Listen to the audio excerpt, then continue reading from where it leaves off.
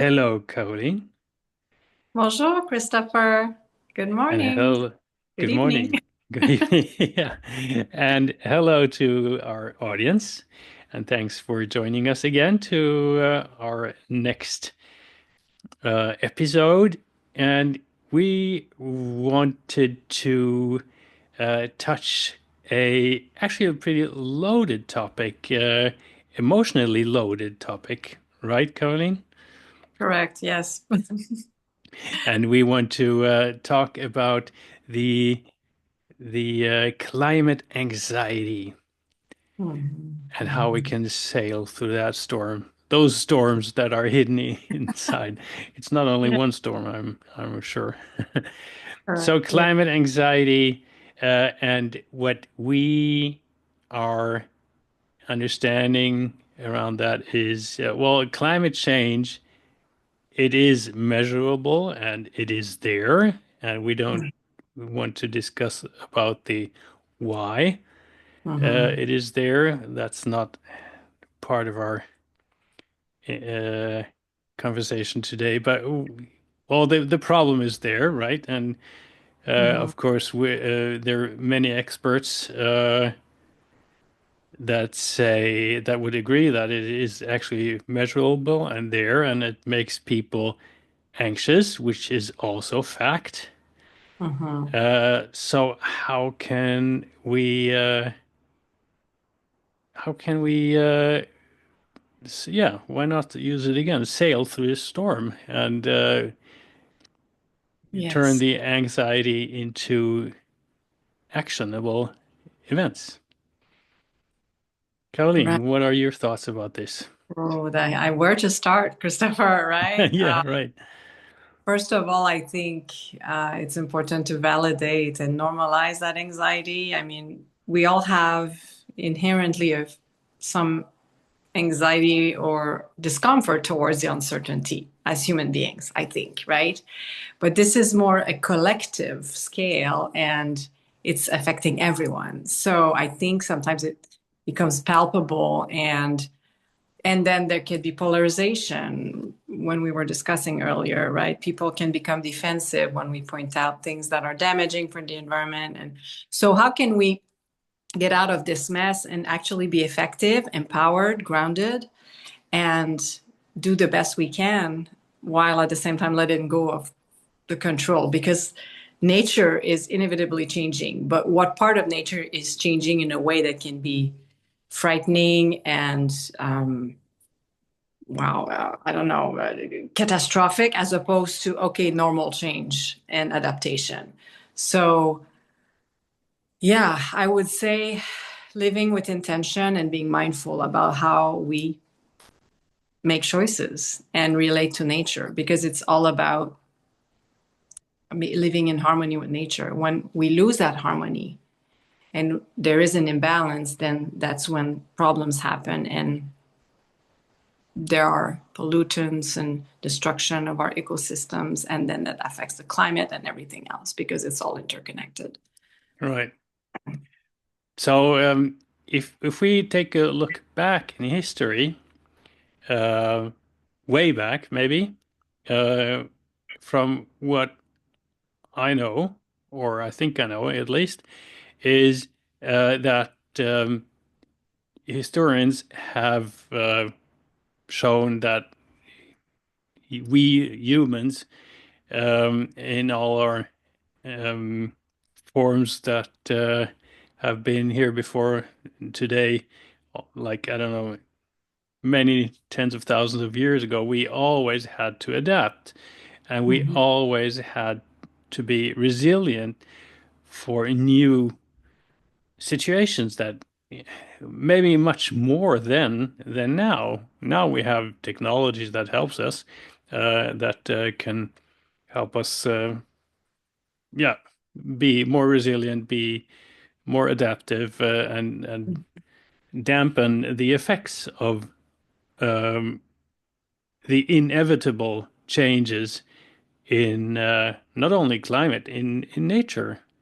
Mhm. Um, so remembering and yeah, remembering our resilience, our power inside ourselves is just the resilience itself, right?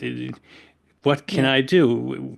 And maybe sort out what is it that I can change and what is it, and control, and what is it that I cannot change or Mhm. don't have control over. And that's a huge area, of course. And Yeah. so I think that's very fitting inside of our um, in our But podcast here.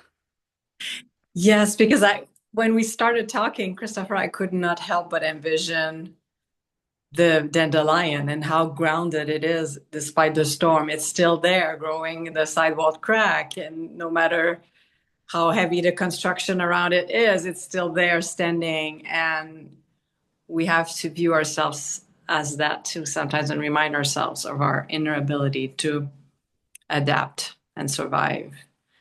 So, yeah. So maybe that's something, in our anxiety, and I hear that from my own children. I hear it from different other young people. There is actual anxiety out there. People are Mm-hmm. actually feeling it, Yes. and of course, we all have different ways to handle Mm-hmm. this. But as you said, we need to accept that it's real and widespread. We can't just, you Yeah. know, uh, think it away or pray it away or whatever. We need to accept it that it is a problem for many people, right? And Yes. embrace it. Yes, and there was a related term that I heard a few years ago, eco grief. There was one of my students who was Oh, actually interested in writing on a topic like that, and she said, "Yeah, how can we deal with eco grief?" I'm like, hmm "Wow, okay, that's really interesting and not something I would have thought about, decades ago yet." But that captures pretty well what we feel in front of the change and actually the impermanence of life. Some of it being precipitated by human destructive hmm tendencies, errors, or poor choices, but some of it being also part of life and inevitable. So, eco grief, yeah, losing some species, ecosystems, and so yeah, it's a whole other dimension, right? But it's related, and yeah, I see what you're saying. The younger generations might be more attuned hmm than older generations, and I thought that we were as Xers, right, compared to our parents. I remember the recycling. I was just so obsessive about that as a kid. And then my parents eventually, okay, did the same. But I'm like, religiously, I would put every piece of paper in the recycling bin Right. as a kid. Or I would write, and I still do to this day, on both sides of the sheet. And I would use scratch paper. And it's like, so basically, yeah, reuse before recycle and reduce, reuse, recycle, the three R's. But yeah, so what Let is me it we just can do? pick this up there. I think this is very important. You, as a young person, uh, Yeah. starting this or being a good example for Yeah. doing good, right? You were into recycling. Yeah. Your parents eventually picked up after you or picked up your idea and did the same. That's pretty good. Yeah. And but we'll get to that later. But I think what I want to say is I have really huge hopes uh, in the younger generations that Hmm. they will actually manage to get through this challenge Yeah. together with modern technology. I'm sure they will. And but to do that and to go towards becoming yeah yeah focusing on what to do, not to Mhm. become overwhelmed. Well, Right. over uh,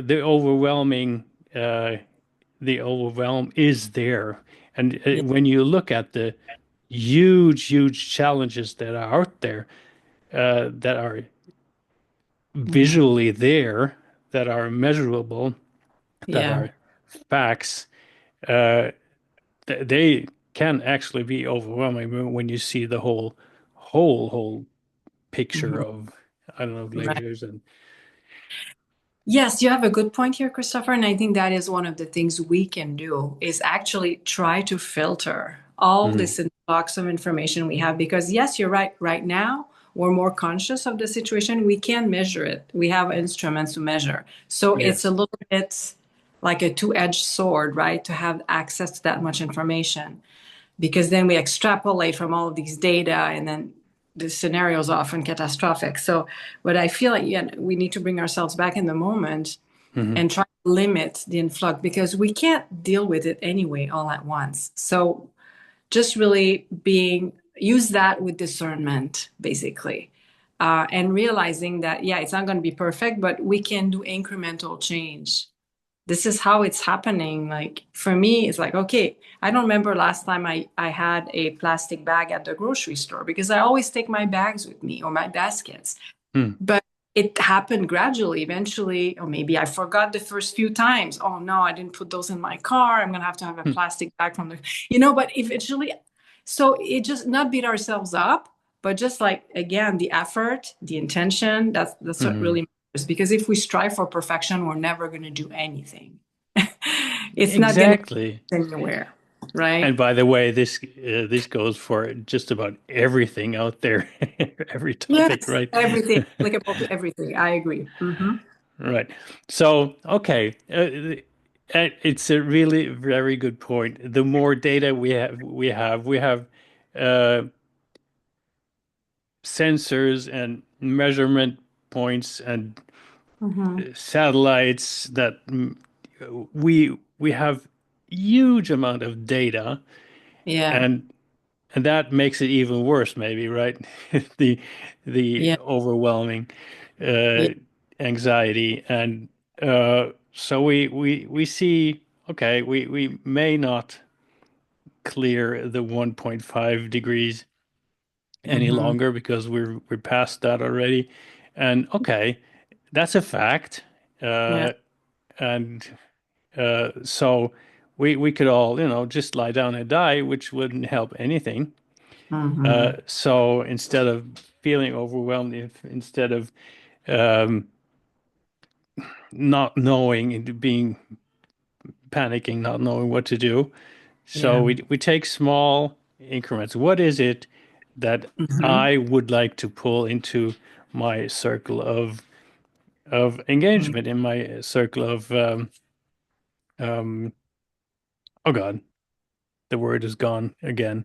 Um, Responsibility. There it is. Yes. Yes. Uh, so what Hmm. am I feeling responsible for just now? You take, Right. you reuse plastic bags. That's a very nice thing. That's important. And Hmm. there are Hmm. so many things that you can do right now, today, that maybe you love doing, that it's not even a burden for you, but it makes you happy, right? Exactly. It's not a sacrifice. For instance, textile can be really polluting, right? People throw away clothes, and I really rarely buy new clothes. It's not something I do on a regular basis because I really like my old clothes and I repair them. I mend them if there's a hole. So it's Right. like for me, it's fun because I can be creative.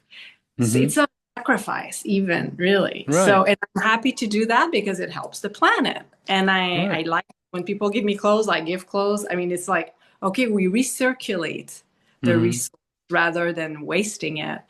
And so, yeah, things like that. I'm sure everyone can sit down and look at their lifestyle and what is it that they can do to adjust. We can make minor adjustments, but what can we expand on what we're doing well already and we enjoy doing?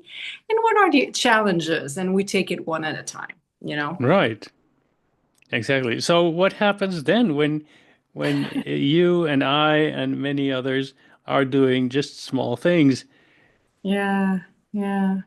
What happens is it adds up, right, Christopher? I mean, Exactly. the ocean starts with one drop. Exactly. Yes. Um, there, and we are inspiring other people, right? And like you Mhm. inspired your parents Mhm. and Yeah. people that, for example, that uh, chose to eat less meat, they can inspire others, and people that choose to rather take the bike to Yes. work instead of a car or public transportation. Right. That can Yes. be actually very nice meeting other people and talking to them if you're open Yeah. for that, of course. And if you rather would like to be on your own in sitting in the bus or in the metro, then that's fine too. Yes, there's so many ways of doing things, and I like what you said. It's basically being open-minded. I mean, Mm. you remember Gabriel, he was one of our guests at some point, and he visited me in March. He's also vegan. Mm-hmm. And he so while he was there, and also stopped buying eggs and certain products for a long time anyway, since a long time, but I also love pain doré, the how do you call that, French toast. Oh And yeah. I before he left the morning of his departure, I'd like to make something special for him, but I'm like, oh, French bread. I don't have eggs. And then I looked up recipes. How can I make a French bread without eggs? Oh my gosh. I tried with mashed bananas and it turned out great. He Oh, loved it. great. So, What a but great idea. if it had not been from him, I would have not learned or Mm-hmm. expanded. And it was fun. So there's always a way to make that fun, and it makes us more resilient too, because we don't Yes. rely on specific things. We're not rigid about that.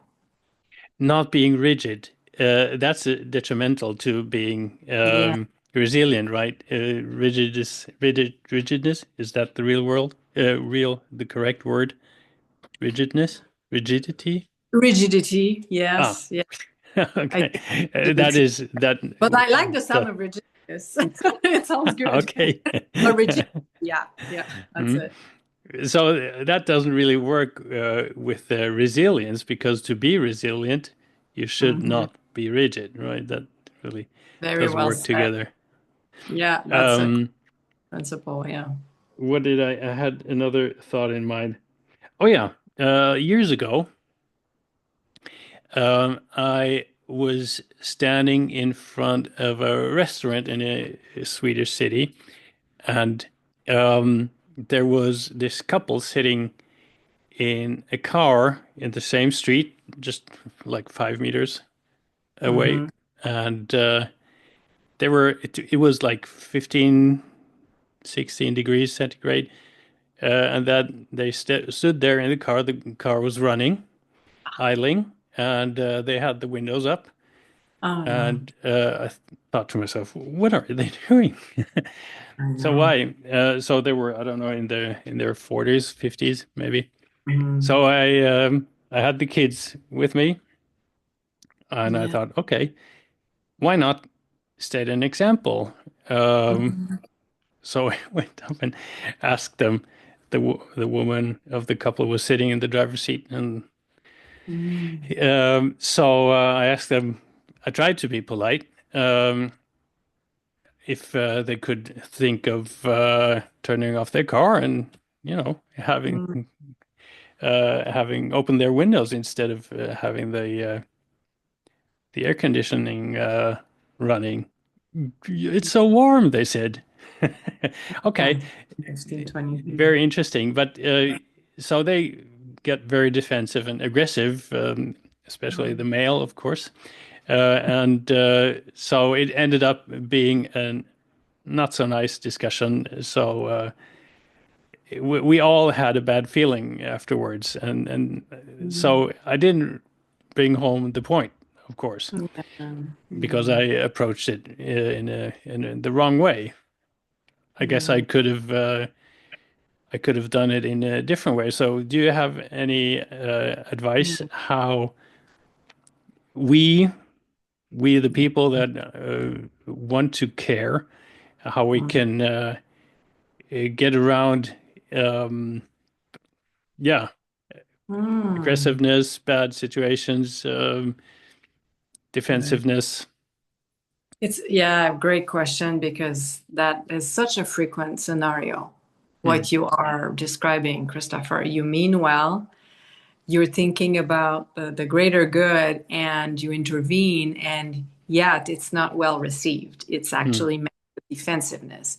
So we create further polarization when this happens, and it's counterproductive. So, how can we work together? I feel like it's really going from um, convincing to inspiring. So, making that shift, Oh, right? wow.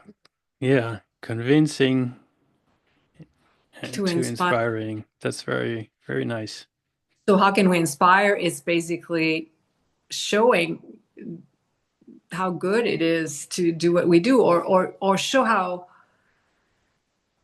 content we are with the decision we made, Mm, and in the hope that it will inspire others. And yeah, and if it might take a while, it might not be immediate, but with the social media nowadays, maybe people can post things like, oh my gosh, I took a walk today rather than taking my car, I feel so good, and this, like, listing the advantages, like being enthusiastic about it. yeah.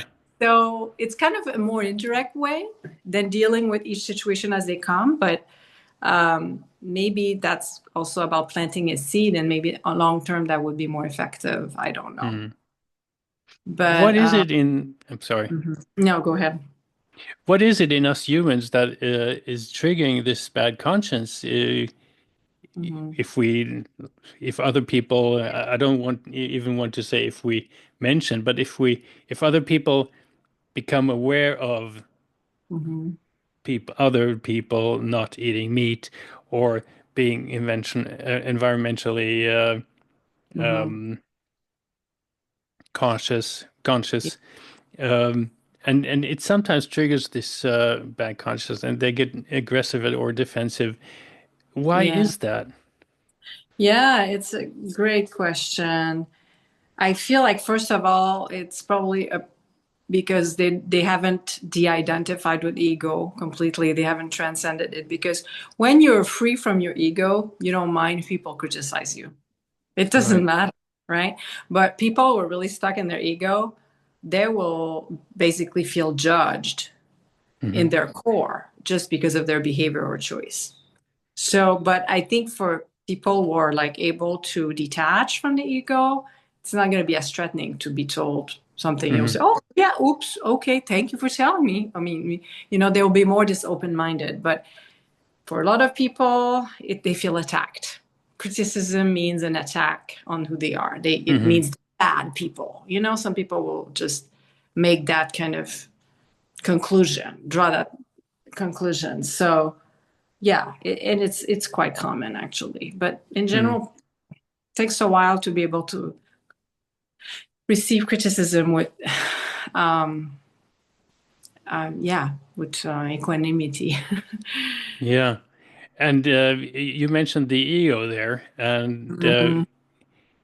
it is we humans are quick in taking it personally, making it about our Yeah, feelings, our lifestyle, or which is all often very strongly connected to our ego.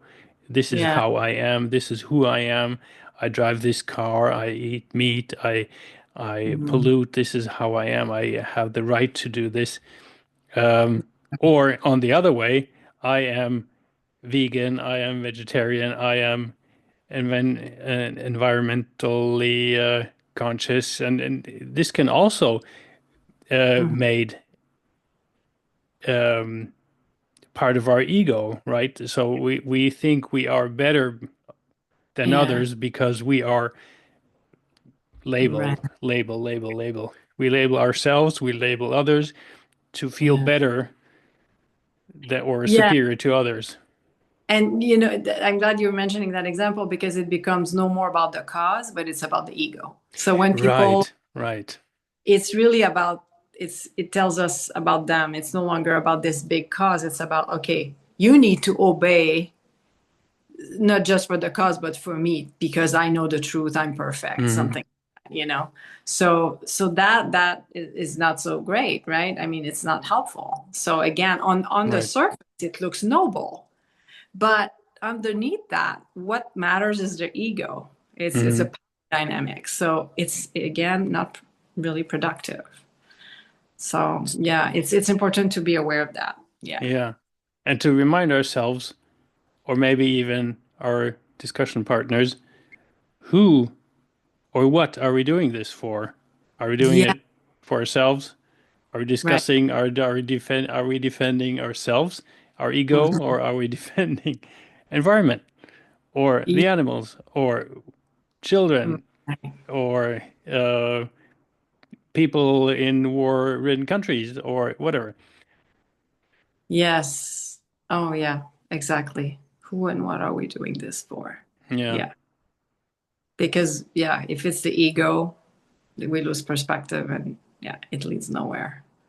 So when we have carved out the why in the whole thing, and now uh, suddenly Viktor Frankl comes in again, I love and it. as soon as we have a why am we Hmm. are we doing this? Why am I doing this? Hmm. Uh, then of course it is much easier to go even through hardships or to uh, Hmm. to ah, if you don't have something, if you actually choose not to have something, then you what is I'm looking for a word here again. Uh, simpli simplify. Whatever. I'm sorry. I'm Sorry, no, sorry, folks. it's Uh, sometimes I just don't find the correct word, but it makes it things so much easier um, and not so challenging to just give up on things that you have been used to under many years. Like, let's say, the gas guzzling car that you have.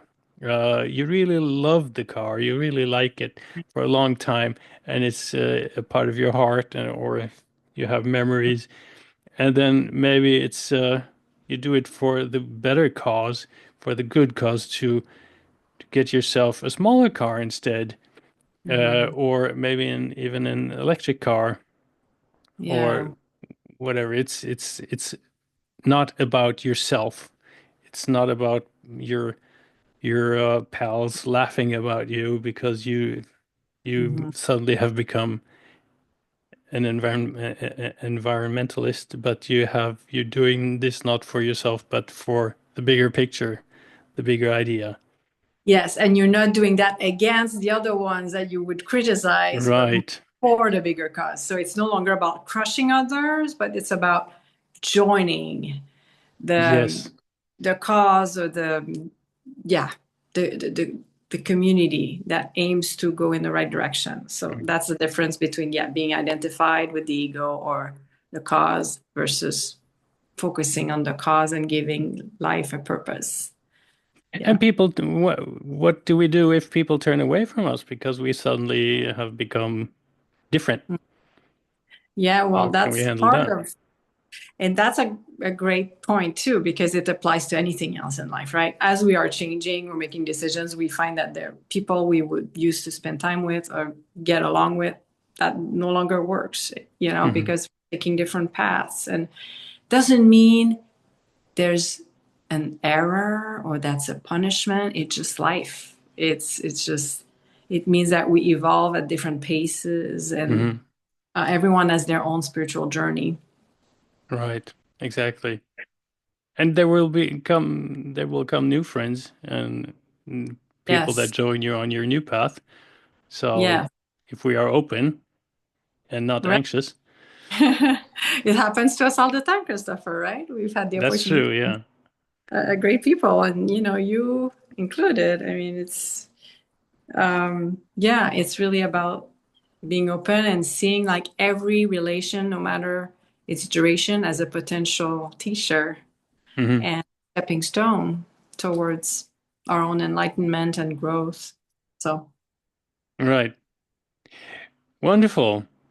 Um, is there anything that we have not mentioned that we should mention that you can think of right now? no, I feel like sometimes often, in fact, the solutions to the biggest problems are very simple. It's the Right. Occam's blade principle, I think, or the explanation to a dilemma or a problem is often the simplest. Hmm. I feel like to deal with the climate change issues or the climate change angst or whatever, it's really about going back to the basics and finding gratitude in the small things and cultivating joy every day and connecting with nature and being grounded in the moment and being a Hmm. man. And things Right. will, fall into place. It will take specific forms. Yeah, we consume less, therefore we waste less, therefore we pollute less because we're happy with what we have. We find the abundance all around us. Hmm. So, yeah, and letting go of control and perfection, I think are important too. Oh yeah, definitely. And a small addition to that, to those very important points that you mentioned, is that we may find it useful to, just turn off the news, Oh, yeah. and Thanks for the reminder. because this anxiety, even Mhm. climate anxiety, is getting worse and worsened by media, which lives from negative clicks, Oh, yeah. Yes, absolutely. unfortunately. And that's also not made Yeah. up, that's a fact and measurable. Yes, it is exploited for to get our attention. And Right, you're totally right. Yeah. So learning to filter this abundance of information and knowing that we can't solve all the problems all at once, but we'll just right. take it in pieces. But don't So let the in media dictate your pace of change. And yeah. exactly. So instead of watching the latest bad news about climate, why not, just go outside and do something good? Yes, exactly. That's really taking our power back and Mhm. not being paralyzed, like, oh my gosh, and overwhelmed and thinking what is going to happen. No, what's happening now is like, I can do this or that Mhm. and ground myself and Right. regulate. So thank you, Cody, for Thank you, today's Christopher. episode and That was for a talking to about this. And thank you, our dear audience, that you listened. thank And you. we'd love to know how you guys out there handle climate anxiety. Do you feel it? Don't you feel it? And if you want to add what you do, how Yes, you contribute to the to this to solve this or to dampen it, then we'd be happy to read your comment. Thank you so much. Thank you, everyone, and see you next time. be well. Thank you. Thank you.